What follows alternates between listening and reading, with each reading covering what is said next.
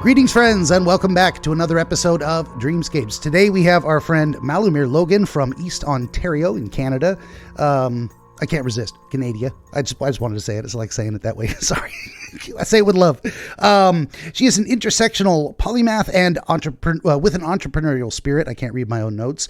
You can find her at acornandburdock.ca. That link will be in the description below. For my part, would you kindly like, share, subscribe? Excuse me. Tell your friends. It's always more fun when more people pile in and comment. Also, I want to talk to you. If you have a dream to share, you don't have to be anybody special. You just have to have a dream. We can talk about it. That's the great thing about this show. I can talk to anybody about their dreams. If you'd like to support my work, you can get one of 17 currently available works of historical dream literature. The most recent is The Fabric of Dreams by Catherine Taylor Craig. All this and more, of course, available at benjaminthedreamwizard.com. Also, if you'd head on over to benjaminthedreamwizard.locals.com, you can join the community there. It's free, attached to my Rumble account. And that's where I would like to source most of my dreams going forward. But you can contact me across multiple social medias. I think I have a presence just about everywhere. That's enough about me. Malumir, thank you for being here. Appreciate your time. Thank you so much for inviting me. I'm happy to be here. Wonderful. Well, intersectional polymath and with an entrepreneurial spirit. Let's talk about that. What do you do? I do so many things. I can never just do one thing. I've never been able to do just one thing. I think it's probably my multiple neurodivergence. All those neurons flying around really need to be put to work. So in terms of my primary work, for a number of years, I've been in leadership roles in public service. My secondary role is that I teach as an adjunct professor at a university. I teach leadership and early career navigation and skills development. I absolutely love teaching. I love it so much. And the third thing that I do is that I'm also a small business owner with very small business in the spiritual industry. And I really enjoy that because it's completely different work. And it's much more multifaceted because as a small business owner, as you would know, you have to do all of the everything.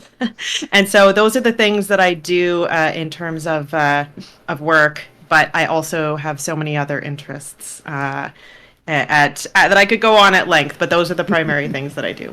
It's very cool. I wish I could consider myself a polymath, and I am in some degree, like in the loosest sense. I have so many different interests, and they all converge. That's an interesting thing of this concept of intersectionality. I mean, there are so many places where topics we research, say, connect to other things, or they all come together, and where they meet is something unique that is more than the sum of its parts. I love that. I love that concept too of like, you know, where the human body, say, is more than just a head on a torso with some limbs. And if we lose one, we're still human, but how many can you lose? What is a ship of Theseus and grains of sand in a pile? All those philosophical questions of like, what are transitional points between things? I'm going way off here, but polymath type of thing. But I've actually had to kind of rein myself in and say, okay, well, where is that, say, intersection of a lot of my interests? And that comes from, you know, studying history, psychology, and specifically this kind of almost quasi-spiritual fascination with dreams. And I'm like, this is actually something I think I have a kind of an innate talent for. And then you got to lean into it and say, okay, well, let me develop that. It's like you're never going to, maybe you've got the talent to be a basketball player, but you got to sink a lot of practice 3-pointers before you get on the court, that kind of thing. I was going somewhere with all that. I don't know if you have anything to say. No, I think that's great. Yeah, I think that I agree. You know, our experiences and our bodies and our lives are made up of so many layers. In terms of the intersectionality related to my identity, I am an ambiguously racialized woman. And as I mentioned, I have multiple neurodivergence. I have both autism as well as Tourette syndrome, as well as lately I've been dealing with some medical challenges. And although I may appear able-bodied, currently I am not. So it's quite an interesting experience when you start layering on those various intersecting identities. It makes for interesting lived experience, that's for sure. Definitely. Yeah. Well, it's it's great to get these unique perspectives too of people saying, it's, what is it like if you're standing behind a column and someone's standing off to the side, they're looking at something and they go, hey, I see a thing. And you're like, I don't see that, and not because you're not trying, it's just you just can't from a particular angle. You're going to see something uniquely different. We get all those perspectives together, and then we kind of construct this view of reality itself based on, okay, what do most people experience? What can most people confirm from other people's experiences? That's also fascinating too. This kind of building, what's like the epistemology of epistemology itself, like the knowledge of how we acquire knowledge. But an interesting metaphor. That's a really interesting metaphor, and I think it's actually an important one in society, especially when a lot of folks may not realize that, for someone like me, that I've actually encountered quite a number of very significant challenges. I've had lots of advantages, sure, but I've also had my fair share of challenges as well, just for being in the body that I'm in. And so, I love that metaphor of the column and how, together we can co-create an understanding of the actual lay of the land or the room. Exactly. And sometimes all you got to do is say, hey, step over here and look at it from my perspective. And then people go, oh, I see what you're talking about. There it is. I just could not see it before. There's a kind of educational aspect to it. And it's also great to have the courage to share experiences, especially ones that aren't so great. I have a lot of people on the show here who they've arrived where they're at because of what they've been through, and they have something very special to share because of that, even if it's just transforming tragedy into triumph in that sense. I've had a lot of folks talk about that kind of thing. It's a weird thing too. It's because you get into that, say maybe like a bit of a philosophical trap of like, well, shouldn't we make life harder for some people so that they grow up to have better insights, and should we make triumphant people by putting them through tragedy? Like, there's enough tragedy out there. We got plenty to transform. We don't need to make more. That's my opinion on that broader subject. I don't know, but then there's also the other side of it, which is making life too easy sometimes. And then how do you strike that balance? I don't know. I'm always, the yin yang is my mandala. It's my spiritual focus in a lot of ways of like, not making sure everything is precisely 50-50, because I think that's, what goes back to, I don't know if it was Aristotle or Plato, one of those two said, the golden mean is not precisely in the middle. It never is. And I like so in my head, I have this thing of, if you take the yin yang and then you draw a line horizontally and you move that line up and down, sometimes it'll land on more of the white side and more of the black side will be in there, and sometimes it'll be and also a little bit of that dot, depending, and it changes from subject to subject, and it changes within each subject over time. I just feel like I'm rambling again, but that's kind of where I come from spiritually.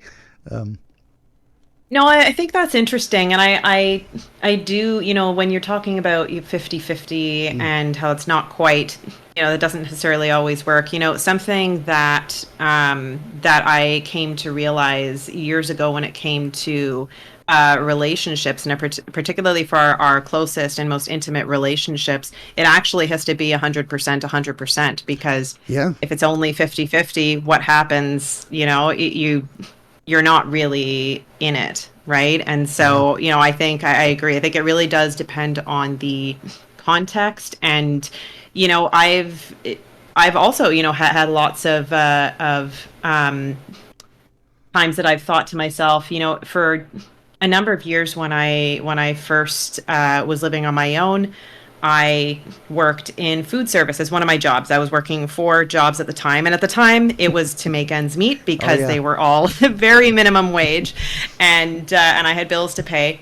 And I remember thinking, wow, I really strongly believe that every single person should have to work in food service at some point, or frontline customer service, because, at least then people might treat each other better. But I actually have come to realize that I don't know that difficulty is actually what makes people behave better or have better insights. I think that really comes down to someone's individual character, because there's lots of people who've been through stuff and they just let it harden themselves, and Yeah. then they just turn it around on other people. So That's true. you know, I think it really comes down to trying to, you know, reach people where they're at and see, are they open enough to be curious? Are they open enough to think beyond what is their own experience? That's what I tend to look for. That's true. And then, I mean, there's all kinds of different philosophical approaches to like how to make that happen. And a lot of it does come down to the individual. Are they curious? Are they interested? Is that something we can even program into someone through training, social pressure, whatever it is?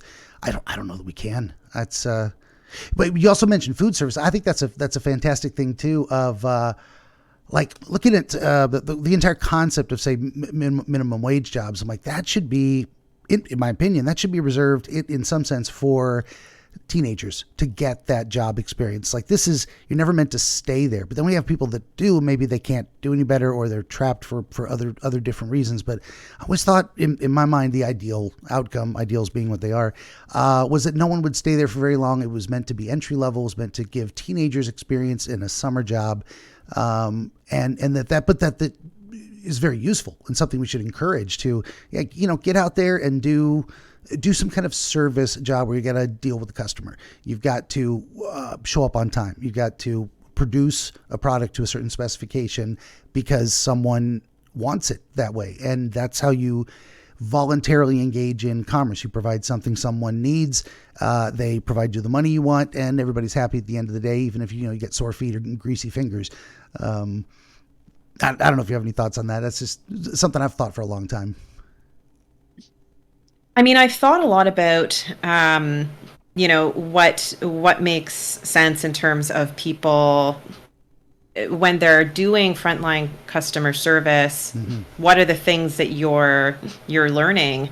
And part of it is interacting with lots of people and getting to personally experience what it feels like when people treat you with basic dignity and respect, or when they don't, right? Because let me tell you, with that drive-through window, I've experienced all of it. I used to have, I'd have, my regulars who would come through who are always very friendly and kind. I've had people come through who clearly they were having a bad day. It had nothing to do with me. But then I would be the one that they would take it out. Like I had people like yell at me at the drive-through window, and these things happen. I was good at handling those situations. Not everybody was, but I think it would just serve to help people to realize that, don't be that person. Don't be that person taking out your issues on, some poor person who's just trying to do their job. But having said that, I worked with quite a lot of people at the time because it was a small town. I was living in a small town at the time, and working at that, in this franchise was a way that a lot of them, many of these people were midlife, and this is where they'd worked for years, and it's how they contributed to their family's finances. It was local, and it was a reliable source of income. And in this day and age, I'm pretty sure people are, if they can get those, those reliable jobs working for a franchise, especially if they're treated well, if the management, has some basic dignity and respect for people, then I think those are decent opportunities. Sure. Although, having said that, I really wish that we lived in a world that took universal basic income more seriously. I will say that, because if everyone has enough to survive, there'd be a whole lot less spending needed on certain social services, and life would be better for absolutely everyone. But that's a really hard business case to make. People don't want to hear that. That is true. I've heard that as a UBI as a what am I trying to say? If it was done properly as a replacement for a lot of social services, that's a tough thing, because looking at government, I'm broadly on the libertarian side of things. I'm no fan of government. I don't like government programs in general, mostly because they suck. They don't work. They don't fix the problem, in my opinion, broadly. Now, maybe it's better than nothing, but also the idea of, so we've got all these services, and then probably what would happen is they just add UBI on top of it. I'm like, how do we get people, say, in government or politics or whatever, to say, okay, look, no, this is a replacement. This is, we're not trying to just expand endlessly the power of the state, so to speak, but like trying to solve a very specific problem in a, look, here's the cat. She's gonna, I call this value added content. We're gonna pet the cat. Yeah. So I think a lot of these things were, if they worked better or could be made to work better, there's a lot of possibilities and opportunities. I'm a little skeptical of UBI, just to be honest, in terms of the big risk in my mind is that it resets the bar for zero. And I don't know if that's a concept you've thought of before. If you have any comments on, you don't have to, but yeah, I mean, yeah. I think sometimes the reason people have concerns about it is that there are certain beliefs that, well, if someone's just receiving money for nothing, then they're just they're not gonna work, they're not gonna contribute, they're not gonna produce anything, they're just gonna sit on their butts all day. The fact is that most people actually don't do that. They want to contribute, they want to create, they want to find ways of adding value, and I mean there have actually been studies done on this, and so I think there are some concerns about that. I mean, the fact is, in any system, no matter what you do, there will be people who don't contribute, but I think I think most people are naturally, like, as humans, we naturally want to contribute and create. We are natural creators. We do things. We make things, right? We engage with others. We want to engage and be in the world. And so I don't think it would actually increase the rates of any of the undesirable, like vice type behaviors that there are, that I think people are worried about. I think people are right now. I think people become tired and they become discouraged when they just can't even make ends meet. Right, when you're going all out and working multiple jobs, not getting enough sleep, not being able to pay for nutrition because grocery. I don't know about where you are. Groceries have skyrocketed here, and there are so many necessities that have just skyrocketed, and people just don't have money, and that's also not a way to live, because all that does is it increases the likelihood of chronic illness and health issues, which also cost a lot of money. And when people are stressed, as they have mental health issues, then that also creates additional issues, not only for health and other social services, but also in terms of corrections and law enforcement, and that costs money. So, and then you can end up with homelessness, and, it literally costs less money to house people than to have them homeless and end up having to pay for hospital and other services. So, I think there's a lot of benefits. I don't know that we'll ever get there as a society. I don't know that we will, but it's one of those issues that's interesting to think about and talk about. For sure. Yeah. And in no way do I have all the answers. I'm not like, now look, let me tell you here what we're going to do. No, I don't want to be in charge of anyone. That's kind of broadly my libertarian thing. But this is an interesting. We just had a little moment of intersectionality that happened with this concept of, where do, say, socialist programs and libertarianism meet? They meet in the free rider problem, which is, what if people just take and don't give anything back? That's a critique that is levied at libertarianism too. So, and I don't have all the answers for either of those things, but it's a very, very interesting thing that, say, both proposed systems have a perspective of critique that I think is valid for both, in libertarianism as well. The whole idea of, what do you do to prevent warlord feudalism? How do you make that not happen? Because let's say you remove one power source, nature abhors a vacuum. You get all these different things. So I don't have the answers for that either. I kind of, and my show is never this. This is, we've talked about like quasi social political stuff more than I usually do. But I was going somewhere with that.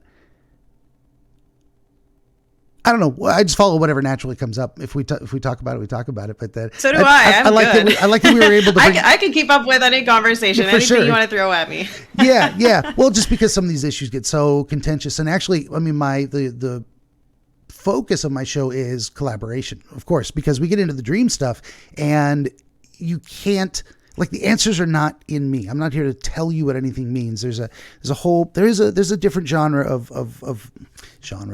different philosophy. Were you the one who was mentioning to me you wanted to talk about my philosophy behind my approach? I messaged with so many people. I can't remember. I was very curious about it. Yes. Okay, good deal. That was you. Sorry. I've got like 6 interviews scheduled and I've been going back and forth with folks. So, what I'm not is, and there is a certain philosophical approach to dream interpretation, which is there is an expert, an authority, and they tell you what things mean, and they have their systems. They've got their, maybe rule books. They've got. I am very much of the opposite side of. I don't think dream books with alphabetical listings of items. I don't think everything means the same thing to every person, and that's a weird thing too, because there's a certain, and you can do it top down or bottom up, if we almost like pyramid style, but there's baseline human experience. Most people have eyes and we see, mouths and we eat. We have a certain relationship with water. We need it to drink. We can swim in it. So that's kind of where I think that's where I come from on the Jungian side of things, in that collective unconscious. And there were multiple layers to that as well. But one of them was the commonality of human experience. And we're going to interpret certain things or represent them to ourselves in our mind to mean certain things. So that's usually where I start with stuff. I'm like, okay, what's the basic human experience of this kind of thing? And then I'd start throwing out suggestions, because as I was starting to say before, I tangented and I came back. It's amazing. I'm not, the answers aren't in me. I don't talk to spirits. That's a whole nother realm, or, the voice of God, or I don't think I have any magic powers. I'm just a guy doing, practicing the art, more of the art than the science of psychology in that regard. All the answers are in you. I describe it as, you invite me into your head to look around. I stand kind of basically like behind your shoulder and shine a flashlight around, going, do you see what I see? What if we look at it from this angle? What if it meant this? I offer all these suggestions that are purely hypothetical, tentative. And then what people have is I call it a zing. I mean, it's almost that chakra style, goes from gut to brain. You go, oh, wait a minute, what you just said. Or they go, none of that. Everything you said was wrong, but I had another thought. Good. My rambling paid off, because you had a completely different thought. I say I rattle a lot of doorknobs, and some of them come open, some of them don't. So that's kind of broad strokes of my perspective to it. I don't know if you've had, we didn't even get into your spiritual practice and whatnot, but how have you conceptualized dreams in your life? Yeah. Well, I resonated a lot with what you said, and I actually am also trained in neurolinguistic techniques. And so I love what you were saying about how, you could be, they could have that kind of that Zang moment of, which is like, I would call that an integration, right? Where suddenly things are coming together and they're making sense, and the light bulb's going off. But in terms of my own thought on dreams, a lot of it, I do believe a lot of it is, well, it's your own psychology. It's your own head. It's the things that are on your mind, things weighing on your heart. Maybe some of the things that the aha moments that are just behind the corner, or they're just around the corner. You maybe haven't cognitively had them as aha moments yet, but your unconscious mind already has. And because I am a very spiritual person, I do also believe that there is a possibility for having dreams that are more spiritual. I would say that most of my dreams I have not experienced as spiritual. There's only ever been a couple that felt particularly spiritual. The rest, they just feel like dreams. Now, I do tend to have, for the most part, pretty cinematic dreams. They tend to, they have a start, and I'm aware that I'm dreaming the whole time. Very involved, and it kind of goes through a whole story, and I'm aware that I'm dreaming the whole time.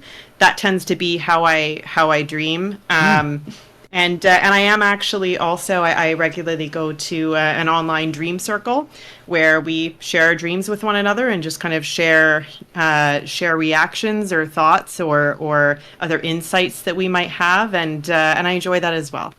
Very cool. Yeah. Well, so much to respond to in there. First, the idea of dream programming. I think we might have spoken about that briefly before we started recording. So we could say it again, is that I think that is very real. In doing the historical research, come across what other people have written and said and the stories they've collected. And there was one situation presented by one guy. I can't even remember what book. I should remember what book it's in so I can plug it. But he said, as far as they didn't call it dream programming at the time as a modern concept or at least phrasing, but he said, he knew of a story of one guy who used to obsess over specific topics before he went to bed to make sure he did not dream about them. Very interesting. Keep it in mind as he's falling asleep to make sure his dreams were not about that. It's a very strange thing, but for him that worked. On the alternative side, you can actually focus on things as you're going to sleep so that you do dream about them. But now, I'm not sure how to do that. I'm going to leave that to other people. So a lot of what I do is try and stay in my lane. I do you bring me a dream, we talk about it, we try and figure it out, the personal meaning to you. But there's a whole range of stuff, and that's the other side of things is, if I do not actively disbelieve in the possibility of psychic connection in dreams, of prophetic dreams. What I do know for sure is that if you bring me a dream and ask me, is this dream prophetic? I couldn't tell you. I don't know how to tell the difference.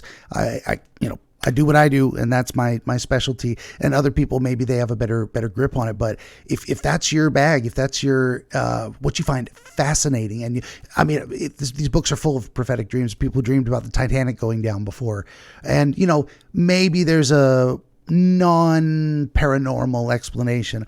Boats sink. My friend's going on a boat journey. Oh no, I worry the boat might sink.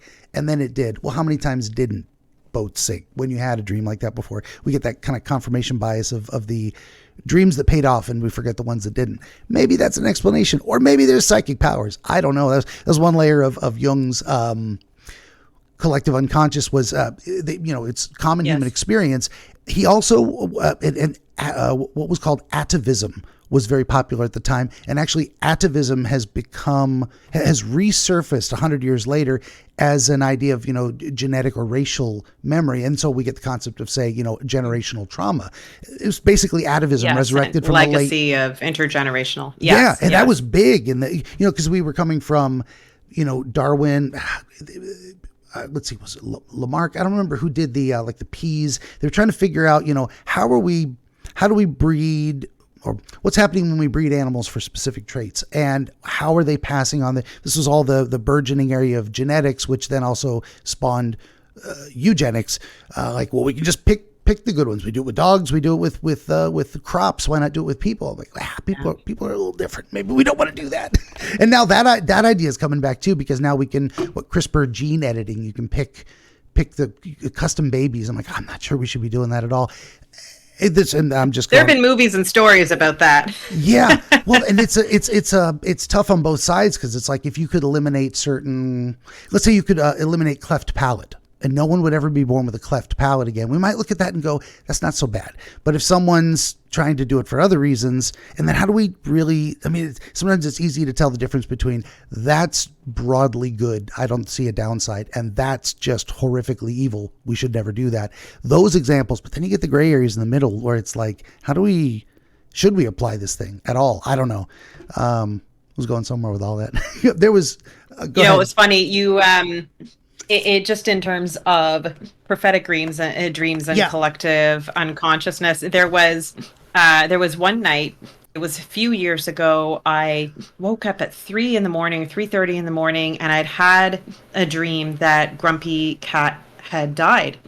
And you remember the Grumpy Cat from the meme? Oh yeah. And I couldn't go back to sleep, so I just got up after a while, and I just did some journaling, and then I went back to sleep, and I went back to bed. I couldn't fall asleep.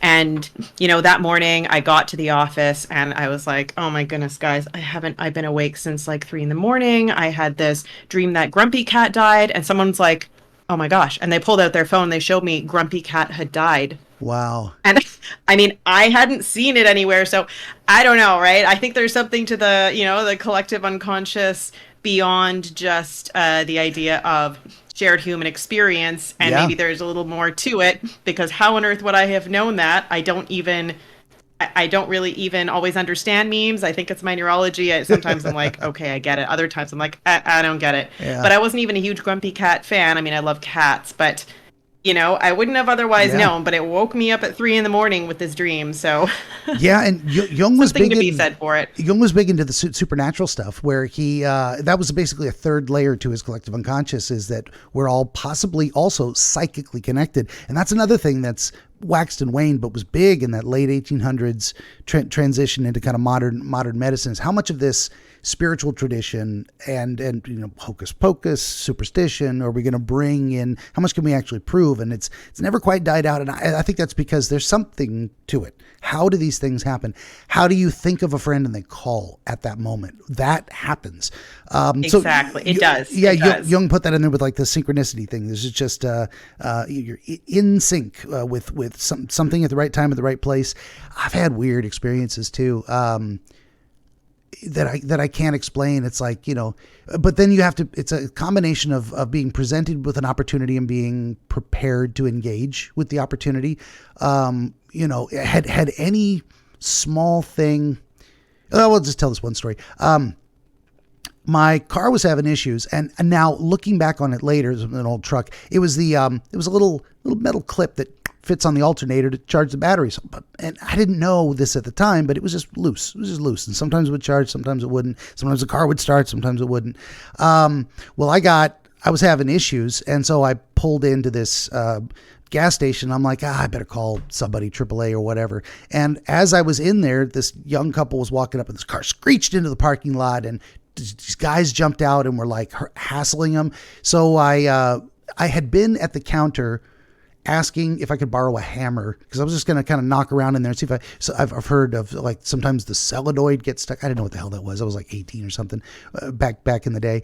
So I'm like, maybe if I just kind of tap around something to loosen up, because I don't know what's causing this thing. Anyway, so I had a hammer in my hand, and I'm walking out of the store as this young couple is about to get mobbed by some guys in a car, and I've got a hammer in my hand, and I'm like, hey, knock it off. And they're like, what's your problem? And I'm like pointing the hammer at them, like, I'm going to be your problem. You get the hell out of here. And they did. They left. How did that happen? How was I car trouble? He had a hammer.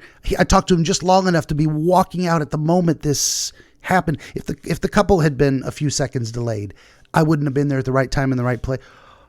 Blew my mind. Still blows my mind today. I mean, and these are things you can't make happen. You can't anticipate that. You can just be ready to respond properly. Now, and also, if I was any different at that moment, if I was someone who was more timid, if I was, late to work and couldn't be bothered, I'm like, I got a car to fix, screw those guys. No, I was the right kind of person in the right kind of place, the right kind of time. What was that? I don't know. So I don't dismiss the supernatural at all. That's what, long story short. That's those coincidences are amazing. Yeah. Yes, definitely. And I will say, as much as I'm a spiritual person, and I certainly have ideas about some things that I absolutely do believe, I also don't try to suggest that I have it all figured out. I think that there's lots and lots that none of us understand.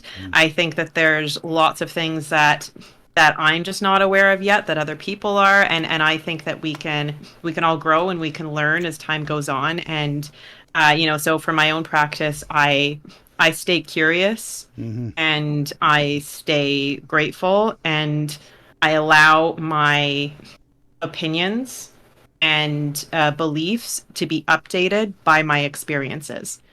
And that's how I've navigated my own spiritual journey. And it is a nice place to be. I will say that, because as much as sometimes I think people want to feel a certain sense of certainty in order to feel grounded, I actually don't need that certainty to feel grounded. I feel very at peace and grounded with where I'm at, and with remaining curious, because it means that as I learn new things, as new information and awareness and knowledge and practices come to me, then I can learn and I can grow and I can explore. Yeah, definitely. And there's this actually loops back to something you're saying earlier, and I wrote it down to make sure not to forget it. That was smart of me. I'm actually proud of myself. I wrote it down. This idea of so speaking more broadly or specifically, getting back to the topic of my approach to what I do, and that is definitely it. Is that staying curious and accepting a certain amount of unknown, chaos in general, like the yin yang, chaos and order. It's both are necessary, like a progress and tradition, that kind of thing. There is. And this relates, so I'm trying to recapture the train of thought. This relates to the idea of inspiring things in people, like inspiring an answer. I was talking about how I'm happy to offer a suggestion. You feel the zing, it's there, or be completely wrong, but you have another thought because I said all the wrong things, and that's fine too. There's kind of a pyramid of action or knowledge or whatever, and then there's a gap. And then there's the flame that pops up. So this is ancient. Some people put the all-seeing eye up there, like as a new idea or an inspiration. And we don't know how that happens. We don't know what that is. I call that the magic of the gap in there. It's magic because we don't understand it. So that also feeds into my philosophy of like, why do I call myself a wizard? Well, there's the archetype of the wizard or the wise one, the person who's you've been around for a while, so you got gray hair. Maybe it's a little long because you're retired and you can do that. You're walking with a staff because your back's a little bad, your knees ain't so good anymore, and we start putting all these things together, and you get a wizard, you get the wise one, you get that archetype. So do I? As I might have mentioned, I think earlier before, like this is episode 161. By the time I get to 1,000, I'll be a real wizard. I will finally have had enough age and experience that I will have fully embodied. Right now, it's an aspirational archetype for me. I'm a level 1 wizard. I can cast magic missile. That's about it. But soon I'll be able to summon whatever. But I also like feed into that from a what am I trying to say? A metaphysical level of there is such a thing as seeing the future, scrying, as they would call it. It's knowledge of cause and effect. You could tell someone younger, hey, don't do that. That's a bad idea. I've seen it go horribly wrong for other people. Please listen. Or if you want to succeed, here's what you do. That's a variety of but also magic words can happen in, what I consider magic words is the idea of that building up. And you've got the right magic words when the inspiration occurs in someone else, and that can be motivation to accomplish, but it can also just be practical knowledge. Here's how to change a spark plug in a car, and when those magic words, that teaching has reached some, and being a teaching in college, yes. I think teachers are very much. I'm still trying to figure out my concept of wizards. I'm going to write a book someday. It's percolating, a wizard's guide to the art of wizardry. Like, what does this actually mean? Who do I think I am? How does someone embody these things? Are there different kinds? And I think, a successful teacher across many disciplines can embody the wizard archetype. And these are a lot of things we take on. Like, you can play the fool sometimes, and sometimes it's good, sometimes it's not, but it is a particular way of being in the world. So I just wanted to mention that, inspiring that aha moment is to me magical, and I love it when it happens. And I couldn't make it happen if I tried. I just do what I do, and it happens if it happens. So those are my comments on my spiritual perspective on that. I love it. And it certainly resonates. It certainly resonates a lot. That moment that you can tell that, you are there to facilitate or witness someone having that aha moment, having that moment of integration from their own internal resources, right? Every single person has so many internal resources, even if they don't think that they do. Every single person does. And it is such an amazing experience to be able to kind of sometimes remind people that they have those resources and connect them into a current challenge they're having so that they have this amazing aha moment. I love that moment. Me too. I'd say that's probably the thing I enjoy most about this is participating with someone in reaching for that and then actually achieving that moment, that understanding. Speaking of which, we're about, 40 minutes in. I know it said you didn't have a time limit, but this is probably as good a time as any to kind of move over into seeing if we can help you get an aha moment. Yeah. Well, and I was actually having a hard time choosing because there were two dreams that are dramatically different from dramatically different decades. Oh, And but they're both really in my mind. One is like ridiculously short, like I could explain it in about 15 seconds. And the other, I might need a minute to explain it. But so I'm not really sure if I should be trying to pick or what is the best way for me yeah. And to proceed with that. you did mention you had more than one, and I said, when it came time, we would talk about it. So usually, what I tell folks is, number one, anything's fine with me. So I leave it all up to you, which is great. Thanks. This is no guidance at all. But sometimes one dream or another feels more important. So it's a kind of a vibe check with the dream itself. And sometimes one of them it doesn't feel as important as the other one, maybe in that sense, but it presents more of a mystery, and maybe you've held on to it longer and you're like, I'd really like to settle this. What does this mean? So I don't know if that gives you an idea of kind of how to sort them. It does. Yeah, I mean, I think the more recent one, I mean, I can analyze it myself and I think I have a good sense of I think what was going on there, but the one from decades ago, it does still puzzle me. I don't really know what to make of it. There you go. Yeah. At least, part of it I definitely know what to make of it. But there's one element that I'm like it's a very key element and I just can't make heads or tails of it. Yeah. Yeah. And it was a recurring dream. It was a recurring dream for a long time. Those were also fun too. Those are some of the most important to figure out, I think, because it's like there are one-off dreams which are relevant to an immediate concern, and then recurring dreams tend to be something unresolved that has endured over time. So it's something you're still trying to figure out. I mean, that's kind of where I think dreams come from. Is they're basically our the way I describe it, the heart beats, the lungs breathe, the brain thinks, and it does it whether you're asleep or awake. And that's why I put it in the category with other things that don't stop when you're unconscious. And so what we're experiencing, I think, my current theory, and it makes sense to me, is dreams are basically our unfiltered thought process. It's what we actually experience when we're awake before we translate it into words that we're communicating to someone else. So how you think is kind of how you dream in that way. But then there's also the idea of, is it close enough to consciousness that we're able to retain some kind of memory of it? And in my case, I am the dream wizard who does not dream. I do. Everybody dreams. I think we dream constantly the whole night through. Like we never stop. But what we consider a dream is a memory of an experience during sleep that we bring with us back to waking consciousness. Those I almost never have. I sleep so deeply that whatever is going on in my head is just way down low. And I just hardly ever see it. Very rarely I wake up having had the experience of, I was dreaming. Gone. It's gone. Whatever that was. Yeah. It's just the moment I wake up, my conscious attention takes over completely, and my memory's always been crap too. So it's constitutional from person to person. And I say that like in the D&D sense of how you are composed physically. I think there's a biological connection to some people are gonna remember that's also, you mentioned lucid dreaming too, is like I've never had one of those in my life. But some people have them every night. I think there's something biological, something physical about that type of person, however they're composed, that allows them to have an experience that others can't. Like some people can see, some people are blind. I think some people can lucid dream, some people can't.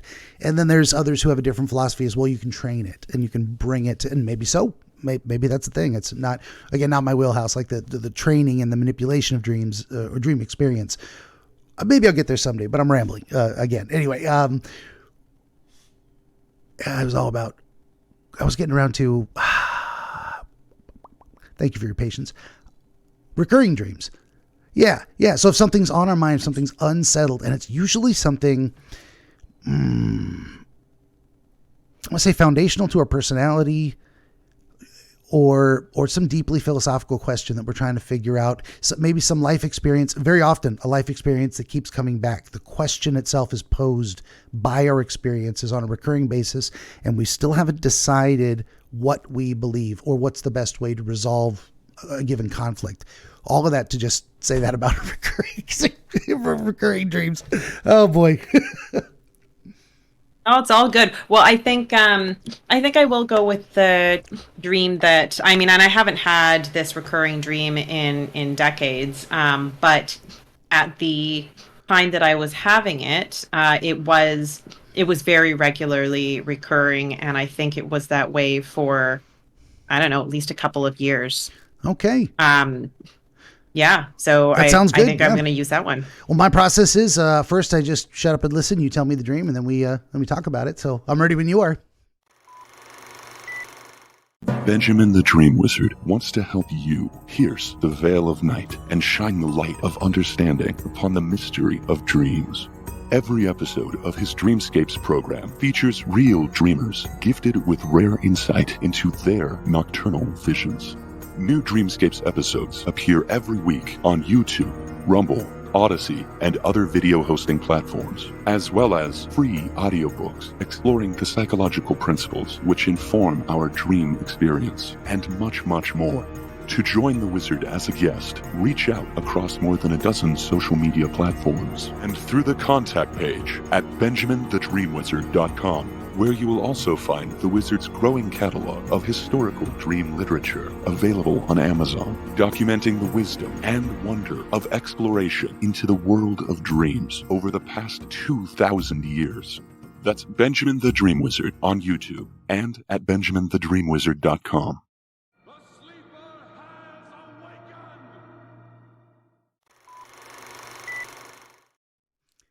Okay. So the dream was that I I was almost like floating in the sky toward this stone type of pedestal that was in the sky, and there were these stone columns.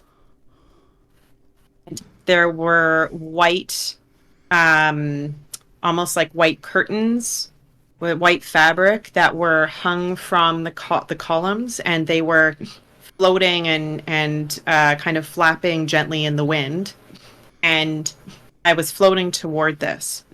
As I was, so that's the part that I don't understand. I have no idea whatsoever what this stone column piece is. The part that I completely understand what it's about was the physical sensation, the somatic sensation, and the sound. So what I heard while I'm floating towards the stone column was the voice of my biological mother, who was abusive, and lots of other people, speaking almost like in a crowd.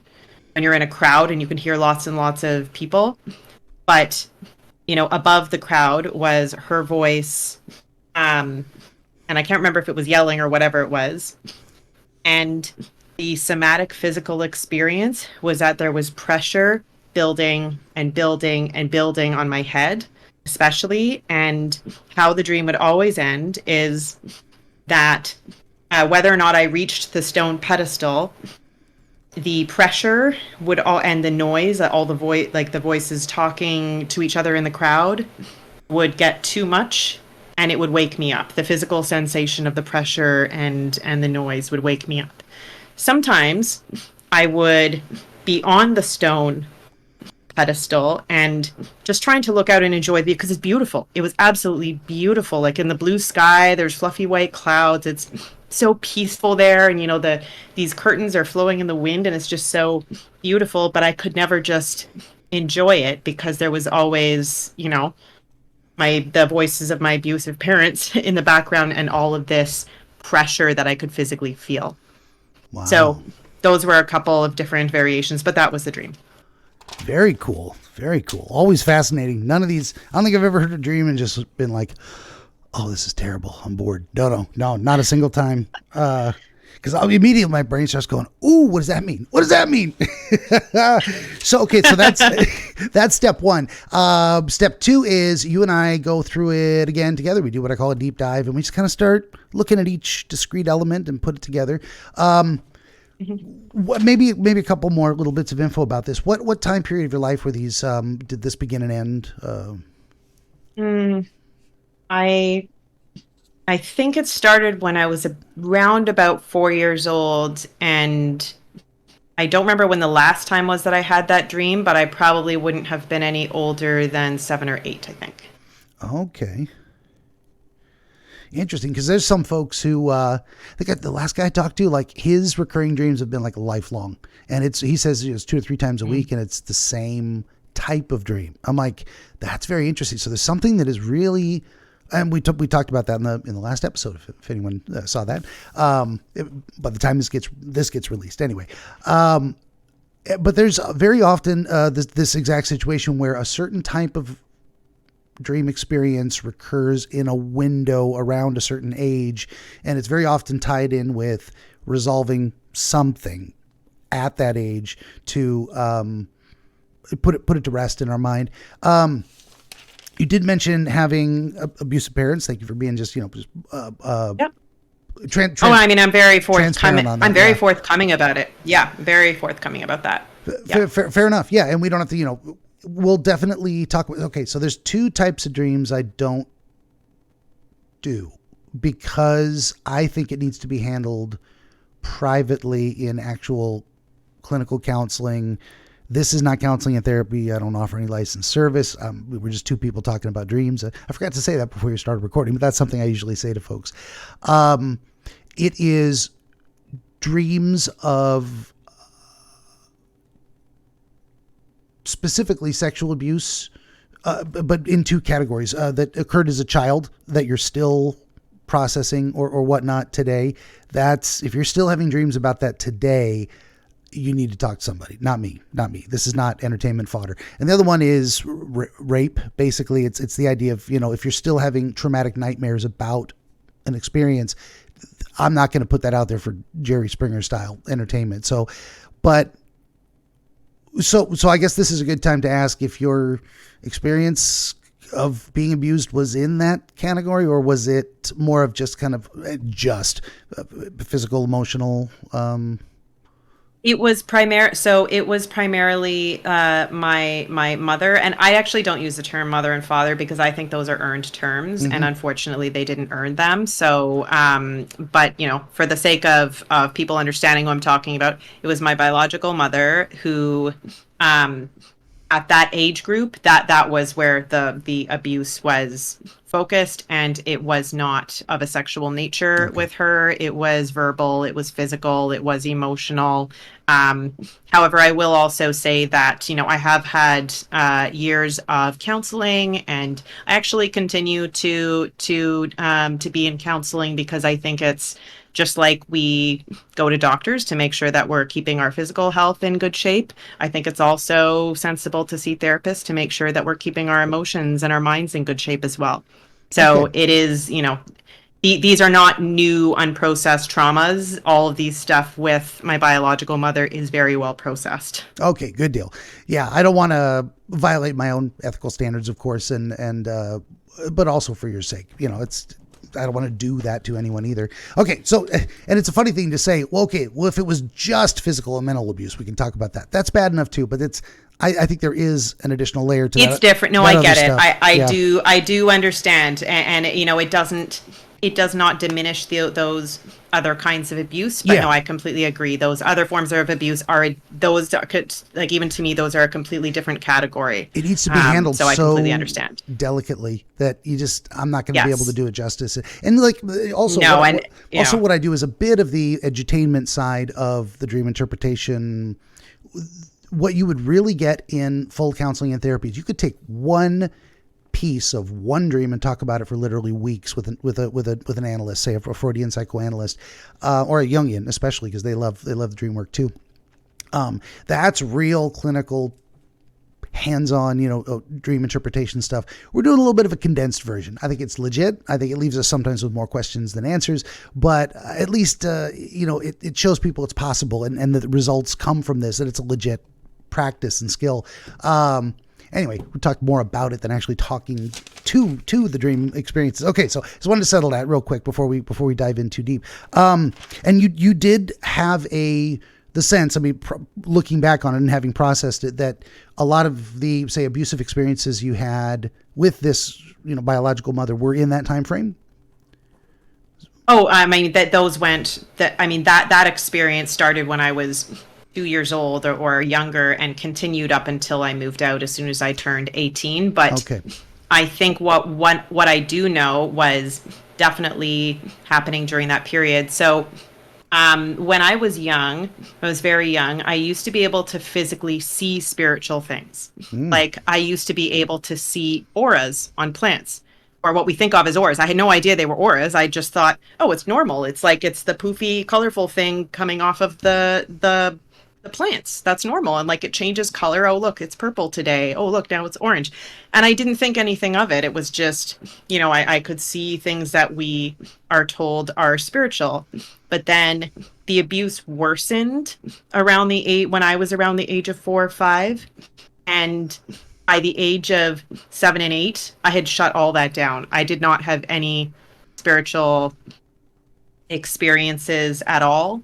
I still, I could still feel that there was a spiritual world. I still felt that there was universal love out there, but I had shut down so much of my own spiritual stuff. So I think it was during that period that was a key thing, because I used to be able to like see auras, and then I went to not. Yeah. So would you say in retrospect, maybe some of that abuse was directed towards your expressions of saying, oh, I see colors around these objects, or I have I never a spiritual talked about experience? No. Okay. No, I never talked about them. I never talked about them because to me, I just assumed everyone else could see them too. So I didn't talk about them. It was just, yeah, that's interesting. Observed. What kids think are normal. This is my experience, of course. It's normal to me. Okay, so it wasn't that you brought these things to her and she shut them down necessarily, or not on the spiritual stuff. Okay. No, not on the spiritual stuff. No. Fair enough. No. No. I mean, I don't know why it happened to get worse around that era. I mean, who knows? Why things got worse in that era on her end. But they did. I think the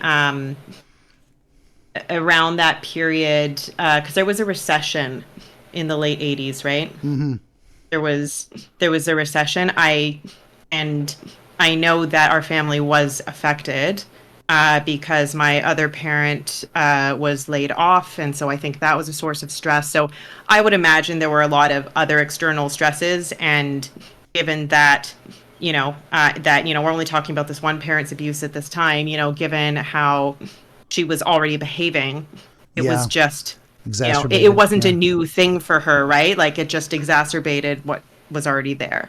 Yeah, for sure. Yeah, and it's a very interesting thing to say, talk about these experiences, and then in some ways empathize with the person who was acting poorly without excusing it in any way, to say, okay, well, it's understandable why that happened, why their natural tendency, something hopefully they would work to overcome, instead got worse because their ability to even address it as a flaw that they should work on was just absent due to circumstances. That's what makes the tragedy of the whole thing. It's like sometimes we definitely want to hold people accountable, but we don't want to villainize too much, because then it's like, no. If you dehumanize an abuser too far, yeah. I mean, I do think that some people, I think there are some people out there who, for whatever reason, are just really malevolent, and maybe it's because they have some kind of mental disorder that makes them that way, or maybe they just are malevolent for whatever reason. I think that is a really, really small percentage of people. I think that hurt people, and so I hold both compassion for both of my parents, while I also maintain the boundaries that I think are important, because you're right, accountability is important, and there is never ever a reason to abuse a dependent for any reason.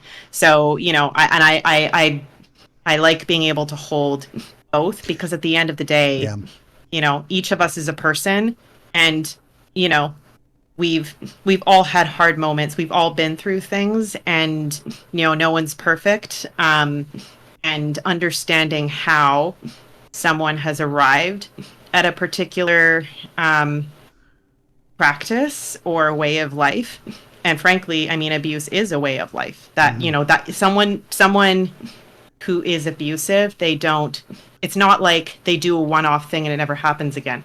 That's a pattern. Like once you're okay with with being like that, I think it's probably more rare that people stop behaving in that way.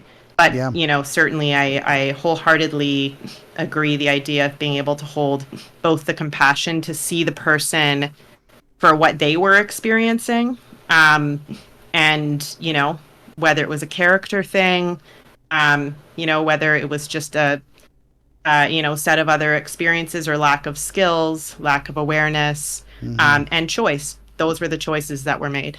Yeah, I like the way you describe that too. That's how I do it as well. Is you hold two kind of conflicting ideas in your head at the same time and say they're both true.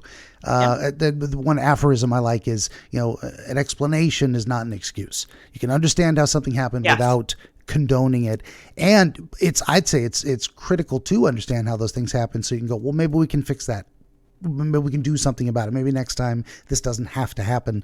Well, that's a lot of background. I usually get to that later, but I was like, I just wanted to, what was happening during this time. So that was your experience of it. And now the dream itself and going through it. So this is a little tough. Let's see. So with a current set of recurring dreams that have, what I usually ask people to do is think of the most recent instance of when this happened, and let's talk about that one. Let's dial that one in a little bit, and then we can start comparing it to the others. So this is a challenge for me, and it's always fantastic when I get this. So what we've got is the aggregate memory of a certain type of dream from a long time ago when you were very young. So we can still apply my process. Is just let's talk about it. So there's no dream I can't talk about. It works better for. Well, if you'd like, we can do it. We can do a different dream from more recently if you prefer.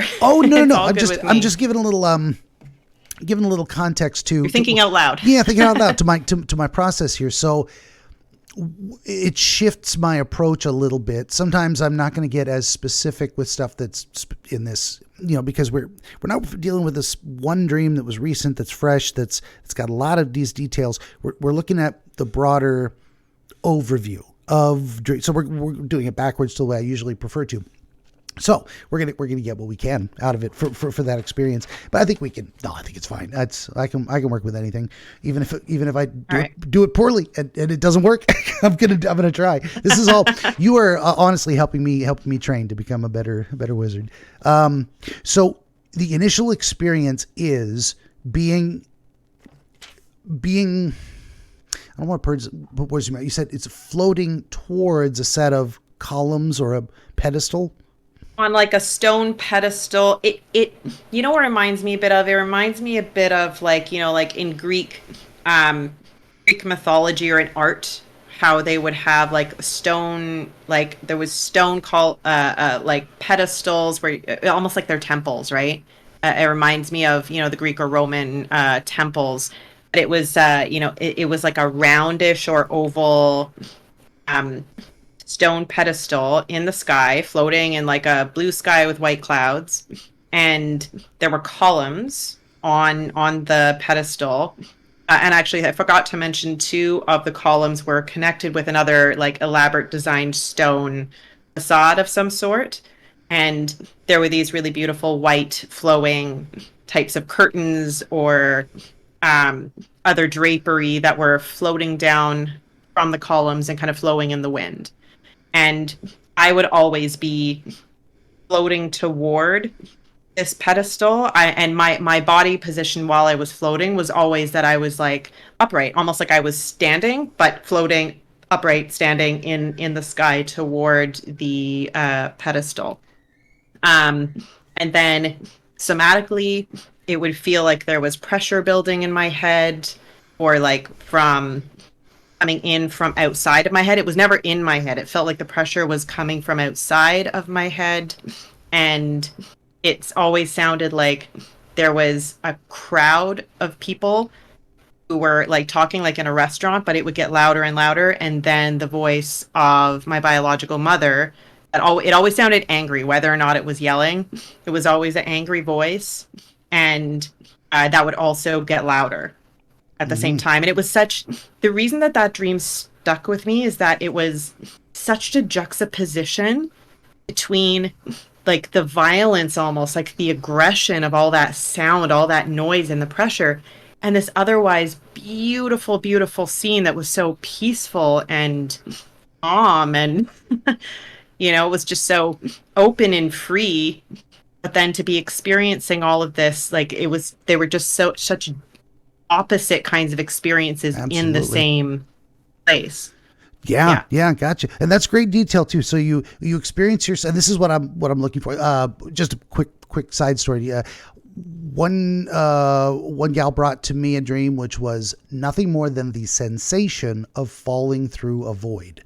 That was it. That's the whole dream. And we talked about that for quite a long time, trying to tease out, okay, what does that mean to you? So for you, you've got this, and what I imagine, and this is why I ask these questions, is like the physical surroundings being blue sky and maybe clouds, or what was your so I'm like, the wispy white cloud. So not like big clouds. It was mostly blue sky, but then those kind of wispy, fluffy-ish, I don't know which kind, are they cumulus clouds, whatever they're called, a few of those, so that I knew that I was in the sky, because I could see it. Not only was the blue, but because of the clouds, that's how I knew that it was the sky.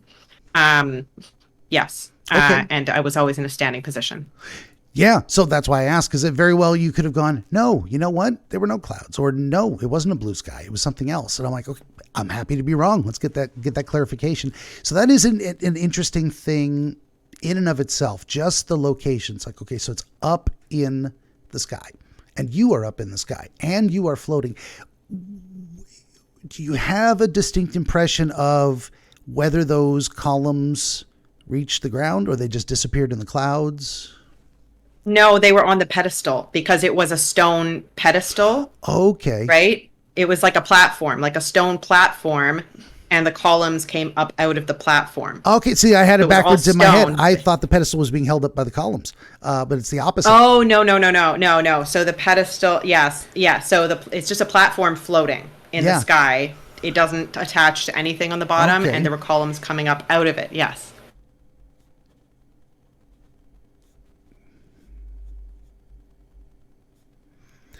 Updating my I think notes there were here. 4 columns. Okay, that was the next question. Absolutely, yeah. So how were these positioned, arrayed? There was maybe 4 columns total. Yeah, I believe there were 4 columns, and they had been carved so that they weren't just smooth round columns. They had been like etched up. They'd been just etched a vertical vertically. I think they call it fluting. Yeah, whatever it's called. I don't know. I'm not not a Mason, so I'm not sure. But that's what I saw in my head when you described them as the typical, say, Greek and Roman type of columns. Yes. Which those things have. Yes, exactly. Have different meanings at different times. Like, to me now, they evoke the idea of what do they call it? The Lyceum, or the Academia, Academy of Aristotle, or something like that. So to me, those speak of ancient wisdom. But at an earlier time in my life, they may have been more indicative of Greek mythology. And I'm wondering, and usually as a kid, that's our first introduction to those kind of symbols. Can you think of how you would have been introduced to that? What connection that would have? I mean, did you see them in storybooks? It's an interesting thing for a 4-year-old to dream of, Greek columns, right? My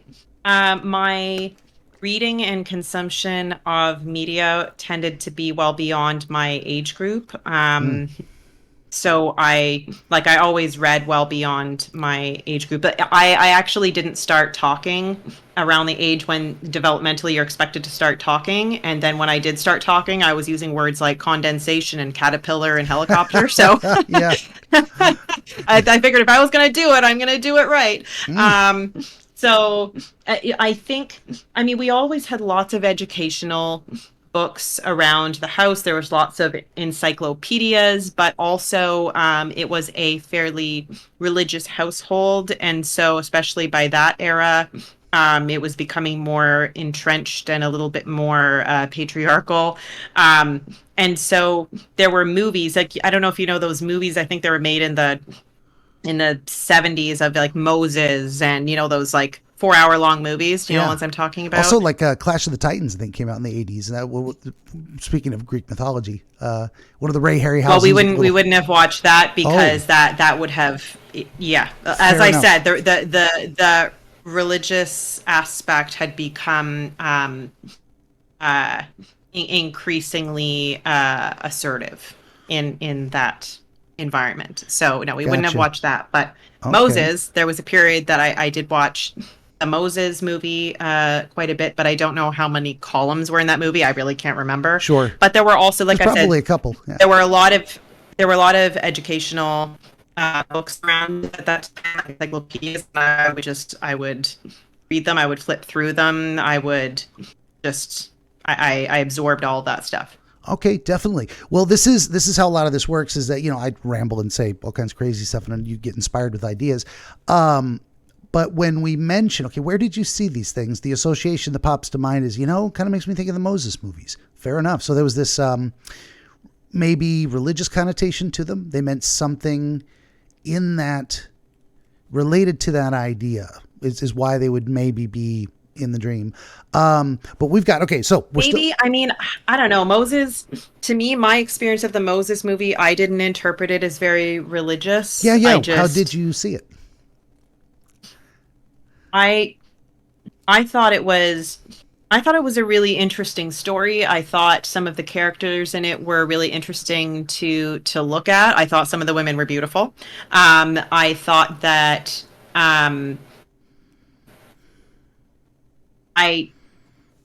I felt a bit conflicted between some of the events in the movie from a particular religious perspective would be considered bad or wrong. And, for example, when they poured the gold to make the golden calf and people were worshiping it and I don't know, like they created their own religion. Mm-hmm. Basically they had tried to find meaning while Moses was up in the mountain. And then he comes back and he's really angry. There were some times like that I didn't like that, because even though I could tell that you're supposed to be on his side, you're supposed to agree with how angry he is, that never quite sat with me. I didn't think that it was fair or right that he did that. I also didn't think that the story really flowed or made sense with how they suddenly got the idea to make this golden calf in the first place. Right. I thought it didn't really flow. It seemed kind of forced. And so I just thought that whole thing felt very incongruent to me. It never quite sat right with me. Fair enough. Interesting. But it mostly just felt like a story. It felt like this long story, and, maybe there was some kind of, I don't know, because he's supposed to be the hero, but I was always someone who tried to understand. I was constantly trying to understand people. And at the time we had no idea that I was autistic. And so I was always very carefully observing to try to understand. So I actually just tried to understand each of the characters and their motivations. And I think it's why I watched it so many times, because I was trying to understand what people were really trying to get at, or why they made the decisions they made. But I didn't really experience it as like, it wasn't a religious experience for me, even though religion was associated with it. Gotcha. So there wasn't, your thoughts on that movie were not towards the spiritual in that sense, but more of towards the human understanding of what was the behaviors, what was going on. Also the concept of what was, say, just in regards to, does Moses need to come down off the mountain and be angry? Could he just say, hey, this is not good. Why don't we try something else? I mean, he could have been more calm about it. Maybe the approach. And certainly there was probably something triggering in there in terms of the, say, abusive power of an authority figure in the household. Of like, I don't like being yelled at by my mom. Why is Moses yelling at these people? He's behaving like my mom. Do you think there's a connection there? Maybe. I mean, it's possible. I mean, because didn't he also he got so mad that he threw down the tablets and they broke. Wasn't that something that happened? Like he got so angry that he broke the tablets. I'm remembering something like he got so angry that he threw something and it broke. And I remember thinking, well, that was really not smart. Like, right? because if you believe, like, if this is to you the supreme creator, who is, who is your God, who is your everything, who is your, or whatever, like this preeminent being has given you a physical thing. They have used their supernatural powers to carve writing into stone. You don't have those stones, and you're walking with them. To me, it completely boggles the mind. Wouldn't those be precious? Wouldn't you want to hang on to those? Why on earth would you throw them onto the ground and break? Like, to me, it didn't make any sense. I'm like, yeah. What's this person about? Like, this doesn't make any sense. Well, I'm very much the same way. Things need to make sense. Like, and especially if, it's only in say in my adult years, in retrospect, and in layers of analysis on different things. It's like, okay, we can retcon and say, okay, in that moment, he's only human and he has an angry response, and so he smashes something precious. Well, that wasn't good, but we don't think that. I mean, you're 4 to 6, 7 years old in that range. You're just looking at like, well, that was dumb. Yeah, I'd probably think the same thing. Like this is not. I need things to make sense as well, and that's where I either need to figure out why something happened or figure out that there is no answer. If I can determine there is no answer, then I'm comfortable with the chaos. It is what it is. We don't know, but I obsess over things very, very much so in that regard. All of this so you say there were columns. We're getting into, right? And I don't even remember columns from the Moses movie. There may well have been columns. I have no idea. It might have been a different movie from the same other 1960s era. They made a ton of Greek and Roman movies. Yeah, Ben-Hur, etc.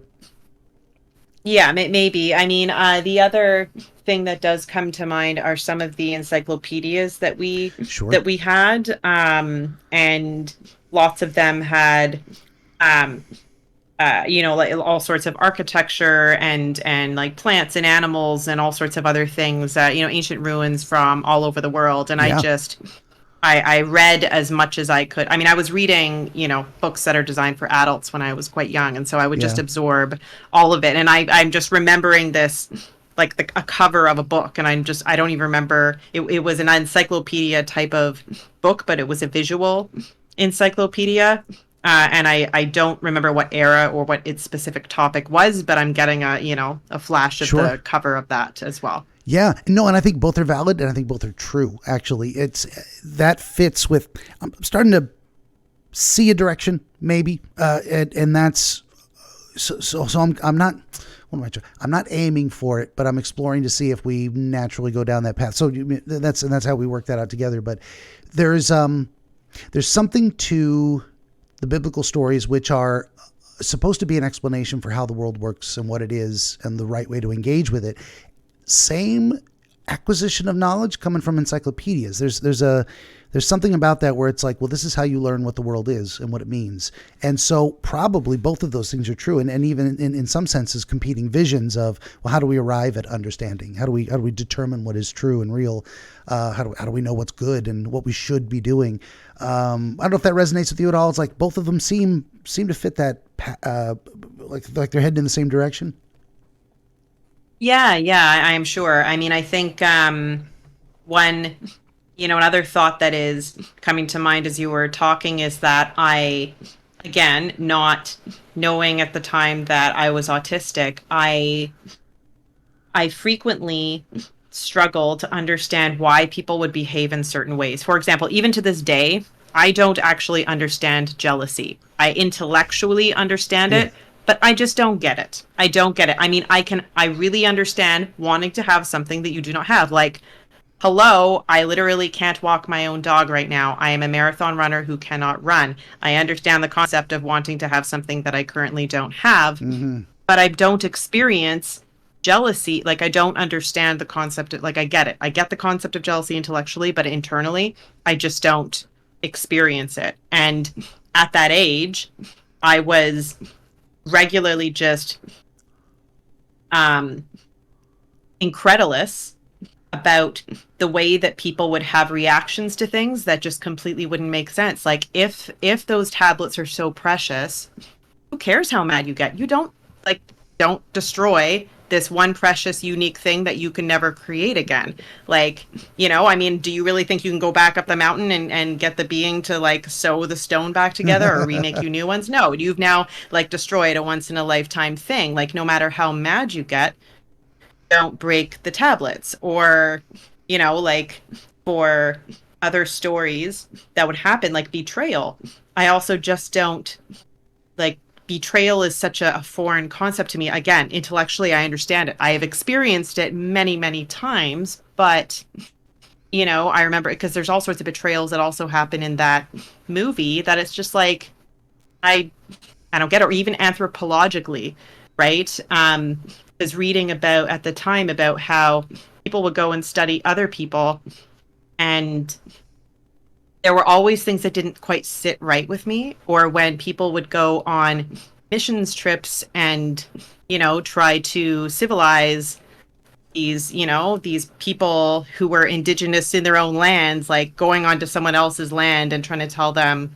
actually, here's what you should believe. None of that ever sat very well with me.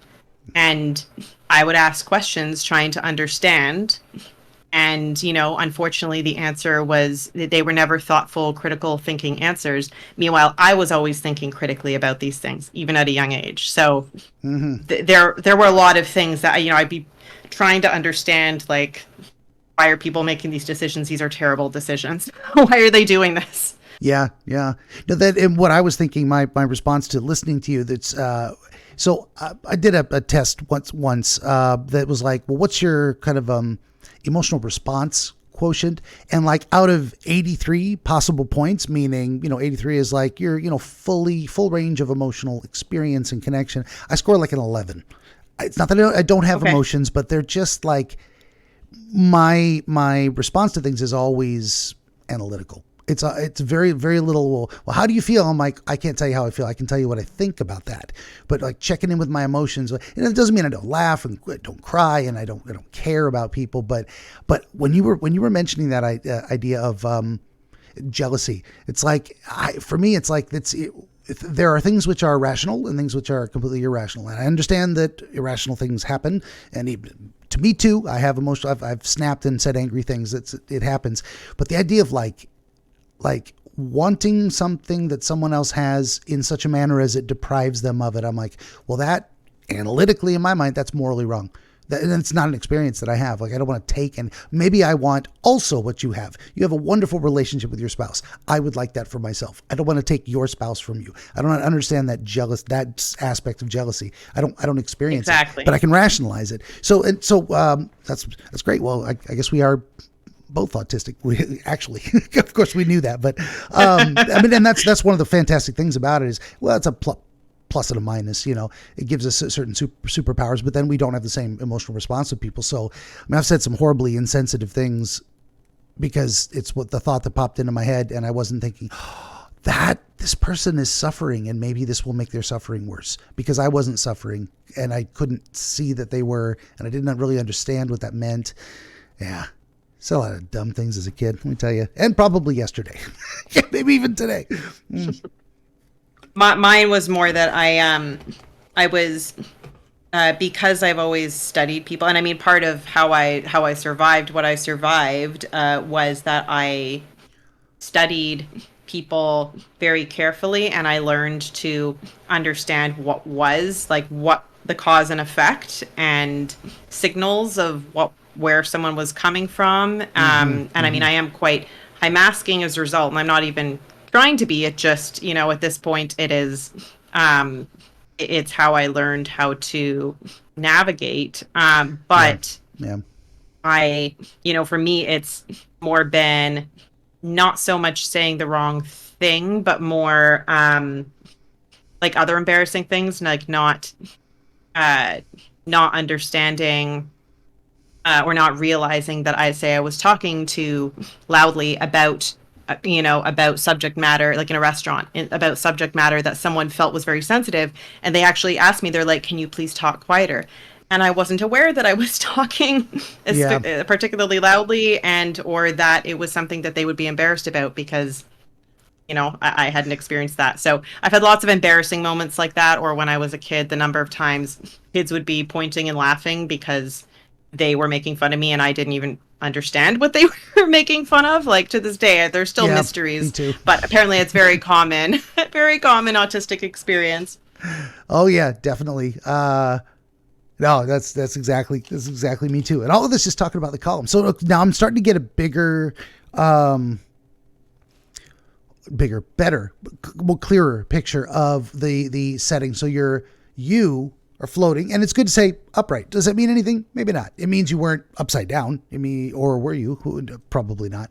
But it means you were not reclined. I actually did ask the same question to another person who his floating was in a more reclined posture. It meant something different to him in that sense. So what you were is you were oriented upright towards this situation. You were not taking it in a relaxed posture. You were not actually seeing it askew. It was like counterfactual. I couldn't make myself vertical in the dream. I tried. That would have been a completely different experience. And this one, you're very much, that's why I keep coming back to that idea of oriented, facing towards vertical posture. You're here you are attending to this thing that's going on in front of you. And not only that, you're bodily prepared to observe it in this manner. So that's its own kind of thing. This is more of my just rambling. What do I see? What's going on here? Yeah. And initially I had the idea that this pedestal, as you described it, was so it's more, as now we describe it, it's more of a platform, and I thought it was at the top of the columns, but it is suspended on nothing in space. It is a platform of its own. It is the unsupported ground upon which these columns sit. So that's a reversal. So there's nothing holding this thing up. It is just right where it is. That's an interesting way to look at it as well, too, because it's like, here we are up in the sky, and logically, gravity exists. You wouldn't be floating, and this thing would need to be supported by something. So we're looking at something that is disconnected from the physical in a way. So, I mean, if we look at it as a dichotomy, physical and spiritual, this is definitely seems to be leading towards the spiritual or the realm of thought. In that sense, if we broke the spiritual down into, thinking and supernatural stuff, and the physical side of things being the opposite, there's something going on there with, and then Jungian collective unconscious style, we've got all these experiences with certain types of imagery. That's where I'm going, starting with that kind of stuff. We see the blue sky and the clouds. That means a kind of a thing to us. It's not stormy weather. It's not dark. Dark is usually hidden things or fear in that regard. Not always, broadly speaking, afraid of the dark, etc. But you've got this, the brightness in the blue skies. You've got something suspended on nothing, but that thing, whatever it is that stands on its own, that doesn't need to be supported by anything else, that is itself the foundation for these columns. You've got columns that are 4 of them. I thought many more. So I'm glad you said. And we've got, 2 of them are connected to form kind of an archway between the 2 of them. Yeah. And then there's also between them these, is it between them that we've got flowing, or is it attached to them? No, it was just 2. It was attached to the tops of 2 of the columns, and they were just flowing down, like just hanging down. Okay. Did they hang down partway or below the? No, all the way to the ground. All the way to the platform surface? Yeah, the platform surface. Gotcha. Excuse me. Were those attached to the 2 pillars that were meeting, or there was the other 2? Yes. Okay. So we've got some interesting things. It wasn't just 4 pillars standing by themselves. 2 of them were connected. There's a reason for the connection. And not only were they connected, but then those were the ones that were also draped. So I don't know if anything comes to mind now that we're kind of starting to see that picture in your head again a little more clearly. Maybe I haven't mumbled enough magic words. It felt like such a beautiful place to be, and when I think about the dream, it's like why couldn't I just have been able to experience that? Why did there have to be all that noise and pressure? Why couldn't I just experience that beautiful place? Because it was beautiful and it felt peaceful. It felt like a really nice place to be. Um, it it didn't feel at all unsafe. The only thing that felt unsafe was the pressure and the noise. But it felt like a very um, peaceful, calm place to be. It felt very solid and grounded. I mean, would it be something as simple as, you know, this was, my spiritual experience, that the pedestal represented my spiritual experience, and I just wanted, like, why couldn't I just have a nice, you know, sacred existence, because I already was, like, I was already having a spiritual experience, and there was so much groundedness in it. Like, none of it was woo woo, because it just was, right? It just was my experience. And there was a lot of groundedness and safety in it, but the problem was that it was all happening at the same time that this unsafe environment was happening. And, I've long suspected that, well, the reason that I stopped, that just all of those abilities shut down at that time was for my own protection, because, it's a lot of sensory overload. I mean, Sure. Being in an environment like that is a lot of sensory overload for anyone, let alone an unknown and undiagnosed autistic person. Yeah. But especially if you're also spiritually connected, it's not like that's a great spiritual environment to be in either, right? That kind of energy would not feel very nice. Yeah, definitely. And that idea of the sensory overload in autism, I was going to come back around. I'm glad you mentioned it too. But just that basic connection, that would.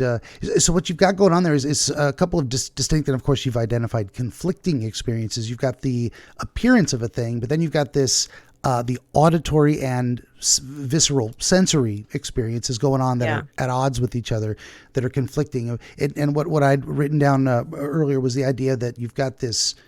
You've got a thing of value that's being ruined by some other bad experience that isn't. It's not like the thing itself is conflicted. It's an external to the thing that is causing the disruption. Yes. And my next question to you in that regard. So I like to. We're still kind of in the very beginning in the way, even if it was all happening at once. But that's my question is: did you have a period of time where you were able to just enjoy it and breathe, or was that pressure and din immediate? It was from the beginning. It was all happening at once. It was always there from the beginning. It's just, it would increase, like the crowd noise and my biological mother's voice and the pressure, the visceral experience of the pressure. They were always there, but they would increase and increase and increase. As soon as from the time the dream started, it would just crescendo. That was wow. Speaking of psychic connection, I was going to say, like a crescendo. Yeah. Bam. And then that, when it got to a certain intensity, you're like, ripcord, I'm out. It woke you up. It became, It would just be too much. It would just be too much, because it was, the noise was a lot, but it was the feeling of the pressure that was too much. That would be the thing. That would be the thing that woke me up. Yeah. And you described it as a pressure on your head specifically, or pressing in on your body. It felt like, I noticed it most on my head. My head was the thing where it just felt like it was all, not from within my head, but from outside of my head. Like the pressure was just increasing and increasing and closing in and closing in. There's a lot of ways to go with that too. I mean, it's not your experience that you woke up and you had a stuffy nose. I mean, it'd be a very obvious sinus pressure, type of thing. That happens. That happens a lot too. It's hard to discount, and we shouldn't, the possibility of external forces. One dream a guy had was he had a dream that a giant kind of giant insect landed on him and took a bite out of his hand, like a lobster insect looking thing. And when he woke up, he had a mosquito bite in the same place. So this tiny mosquito bite. No. So that was not my experience. yes, exactly. But that kind of thing can happen. So I try to remind myself too. But this is then again, this is in the recurring dream range of experiences where a one-off physical sensation is not going to cause that necessarily, unless it's a chronic condition. I wanted to rule that out in terms of, you weren't having chronic sinus infections or at this time, not to your knowledge. So fair enough. So it was definitely more of a conceptual thing translated into a physical experience in the dream.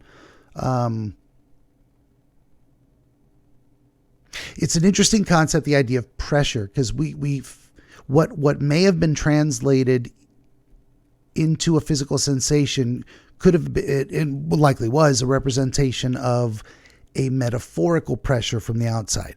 And that could have been a pressure caused by a lot of different things. But when you think of pressures on you at that age, things you were, I don't know how to describe it any better.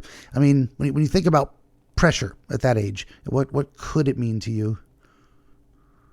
I mean, to me, the pressure and the noise, to me, those were really obviously like metaphors of being in an abusive environment. Like it felt terrible, and it was increasingly clear that I was very, very unsafe, and that it was a bad place to be. Like it was, it was increasingly very clear. So to me, the pressure and the sound, to me, are kind of obvious connections to Fair enough. Just being a really unpleasant environment. Yeah, definitely. And if that's what if that's the understanding you've come to upon reflection over the years, that's probably, I would never gainsay it. I would never say, no, I don't think that's it. I think you're wrong. I would go, let's go with that. And that's,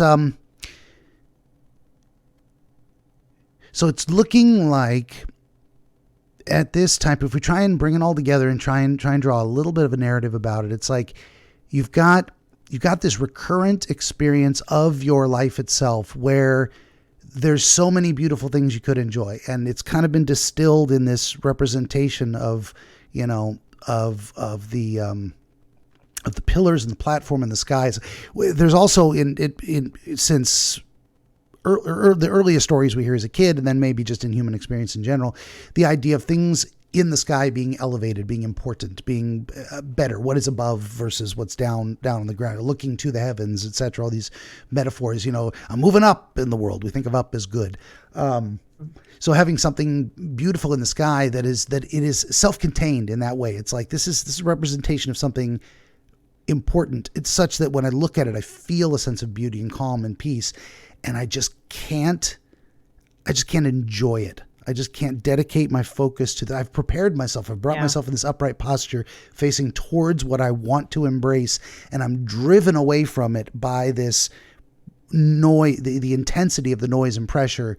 It's starting to feel like that kind of a thing of like, is like, why is my ability to experience life as beautiful being destroyed? Why is this happening to me? What's going on here? I'm going to stop there for just a second, and you go ahead. Yeah, I do think that makes a lot of sense, because to me, like I said, the noise and the pressure to me has always felt very obvious about what that was, but it was more the floating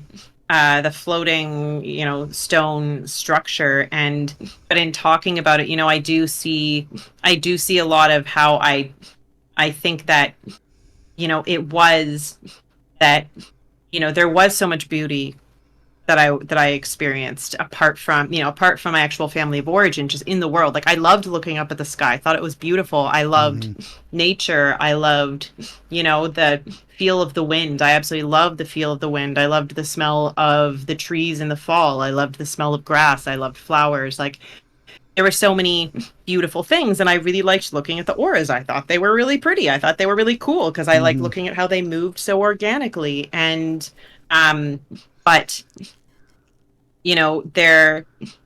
that wasn't my daily lived reality, because no matter what I did, I still had to be in a very unsafe environment. And being, it's funny. So there was something you mentioned earlier, and maybe it'll come back to me what it was, but what it kind of twigged for me was a memory of the fact that in the past decade or so, maybe past 15 years, as I've deconstructed a lot of the beliefs that I had, or just let go of some ideas that I thought that I had to hang on to, and just allowed my experience to guide me, and really leaned more into my intuition and leaned more into my spiritual practice without worrying anymore what people thought. As soon as I did that, I started having a much more vibrant dream life again. So, that's why these days, I regularly have dreams, and I'm regularly aware that I'm dreaming while I'm dreaming. They do tend to be very cinematic. But I do think that it probably does speak to the fact that, probably a part of me was like, you know what? It's not safe for us to be this open, because when you're in a place of taking in nature, when you're looking at, you're absorbing, right? Like when I'm out in the woods, and I hope to be able to do that again someday if I can get my health back. You're absorbing, right? You're taking in, you're looking, you're smelling, you're listening, you're feeling. It's a lot of absorption, but where that living environment was so toxic, it was so unhealthy, it was so damaging, it was dangerous, and you don't want to absorb any more of that than you have to. So it's almost like, and it makes me actually think of the Moses thing, and like, why would you smash this precious thing? Well, you did that, so this is just the reality. And so I wonder if there were elements of because by the time that I stopped having that dream, I had like shut down a lot of my, like, I shut down most of my spiritual stuff. I could no longer see auras on anything. I was actually then became quite afraid of nature. And I could still feel spiritually. I still felt that there was, like, spiritual world out there, but it was mostly shut down. So I wonder if it was just a process of self-protection, of we can't stay in this super open, absorbing state, even though there's so much beauty, because it is so dangerous, and because it's not actually safe to do so. Yeah, exactly. That was going to be the kind of coming to the end ish question was, okay, now, well, what caused this dream to stop? Because it happened for a period of time. Now, usually if I'm dealing with a current set of recurring dreams and we talk about it, I've had people feedback of the dream stopped. We talked about it enough that I understand what it was, the missing piece was supplied, that I don't need to think about it anymore. It's puzzle solved. Or the nature of the dream changes, but we're reflecting back on things. So it is interesting that, not interesting, but it is assumed in my mind that there will be a resolution. There's some reason the dream stopped being necessary or stopped representing a current experience. And it's very often because that experience changed, or the concept you were considering has been resolved into a more complete understanding. And it sounds like what you did is you resolved the conflict of reaching for something you couldn't have because it was being interrupted. You're like, well, I'm just going to stop reaching. I'm going to stop imagining I'm in this beautiful place. And that's one way to resolve, fight, flight, or freeze. In that sense, what you did was basically withdraw from the desire for the beautiful, peaceful thing, saying that's not possible. Yeah. I'm just going to accept that's not possible right now. Sometimes accepting a bad situation. Which is really sad if you think about it. Yeah. It is. But I will say though, it sounds like it resolved because that part of my brain just like it shut off that part out of protection. But you know what? I'm grateful though to that part of my brain, because the fact is I'm still here. A lot of people who went through, and we haven't gone into all the things I've been through, but a lot of people who've been through what I've been through wouldn't still be here. And yet I am. And I think that my mind my mind protected me, and I'm grateful to all the parts of me who did protect me in that era. And I'm also grateful to now be in the space that I'm in where I'm not shut down, right? I can't, I haven't gotten back my ability to see physical auras, but my spiritual practice these days and my connection to my own intuition feels much stronger, and such to the point that regardless of the situation that I'm in, I now feel I can actually listen to all aspects of myself, right? And for some people, they might see that as, maybe their higher wisdom, or maybe it is your intuition, maybe it's your mind as a super processor. I think it's probably a combination of all of these things. Yeah. And these are things that I access in all parts of my life, right? And and so to me, even though it is sad, I feel sad for, the little me who had to give up all that beauty, but I didn't lose it forever. Yeah. I just had to give it up for a while to get me through, maybe not safely, but I got through in one piece. And, and I've spent the past decades healing from all that. And now I am in a place where overall I am at peace, and I have my beautiful spiritual connection. I always look up at the sky. I'm always looking up at the sky. Yeah. And, and I'm so grateful for the spiritual connection and, and beliefs that I now have. For sure. I just, I actually said to someone the other day that I'm back to feeling the way that I felt back when I was a little kid, feeling wonder in nature. Mm-hmm. I'm actually back to feeling like that again, except these days I'm in a completely safe environment.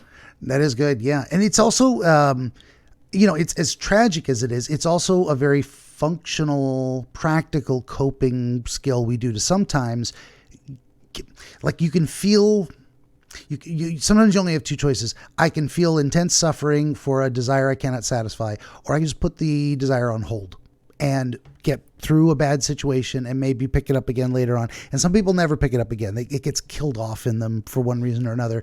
But it can be, if you can't have something, if it's impossible for a moment, you put a pin in it. You don't obsess over it. Actually, obsessing over it might be the worst thing to do, because you just suffer needlessly. Like, I'll deal with that later. Sometimes it's what you got to do. It's a very practical thing to stop that. And so it seems like you reached a point in your mind where you're like, I need to let go of this, at least for now. And maybe even at the time you thought it was permanent. Maybe this is closing a door forever. But then you look back on it and said, maybe not. Maybe it doesn't have to be this way forever. Now I'm in a better place. I can pick up I can finally reach for what I wanted and needed all along, in an environment where it is now practical, now possible. Hopefully that's yes. Yeah.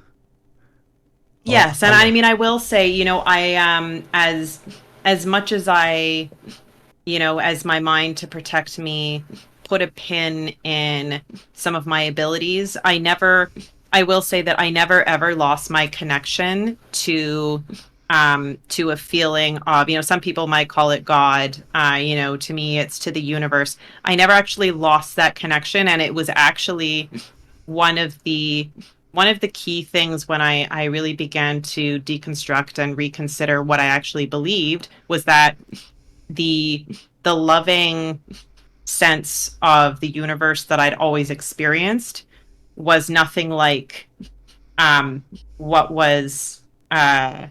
had been taught to me externally, and what had been kind of enforced on me externally. That was never my personal experience. And so that was what, because that never went away. That remained with me even after, after I shut other things down. But that sense of, well, how about I actually go with what my own experience is, which has always been a sense of, it has felt so loving. And, that relationship, and it does, feel that way, has always felt so loving and so unlike anything that was externally, enforced on me. And so Oh, yeah. that's what I leaned into when I began to rethink, well, what do I believe? How about I actually go with what my lived experience has been, which has been that it feels like love. Yeah, that's another fantastic layer of analysis too. And that might actually be the summary of the entire experience. Is you've got this natural innate desire to reach out to what you feel as the source of universal love and wonder, Yeah. all the good things in life. And man, it's just being ruined by this cacophony and this horrible feeling in this bad environment. Yeah. It's literally, your desire to love life is being ruined by these people who are behaving badly and causing you stress Yeah. and pressure on you to do and be and all kinds of stuff, and loud voices and yakety yak and angry words. Yeah. And no, but I think and again, that's your personal experience and the universal human experience of, this is something Yes. we do to each other. Like if I'm just out here enjoying nature and what this guy comes along and he's like, can't stand there, you can't do that, screw you, man, or I got opinions. And Yeah. it's like, can you just not be a jerk? I was having a good time. So there's that layer of things too. So that might have been the entire experience. Like why am I being denied the ability to just enjoy life by these people who are dumb and been treating me poorly?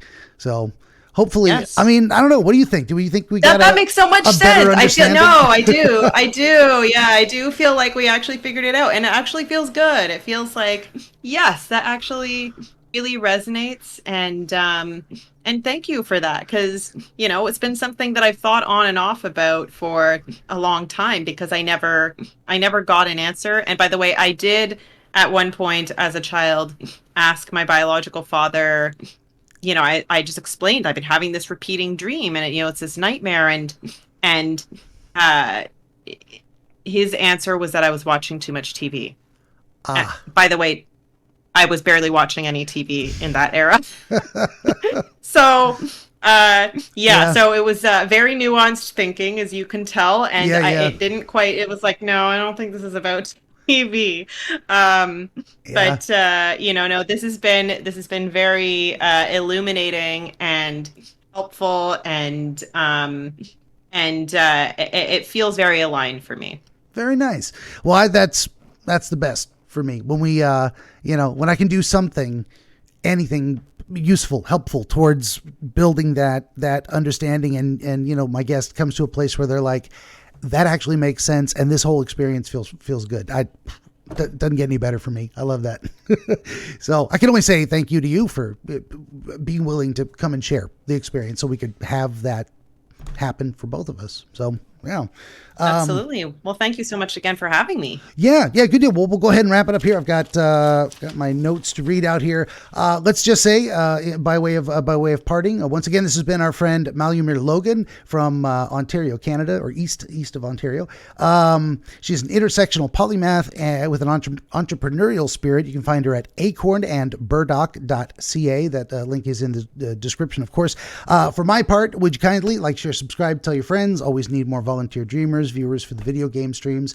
17 currently available works of historical dream literature. The most recent, can't remember, The Fabric of Dreams by Catherine Taylor Craig. Of course, all this and more at benjaminthedreamwizard.com, including downloadable MP3 versions of this very podcast. Also, head on over to benjaminthedreamwizard.locals.com, trying to build a community there. Free to join. You can give me money or not, doesn't matter. I just love to have you. And Malumir, thanks again. This has been a great talk. Thank you so much for having me. And everybody out there, thanks for watching.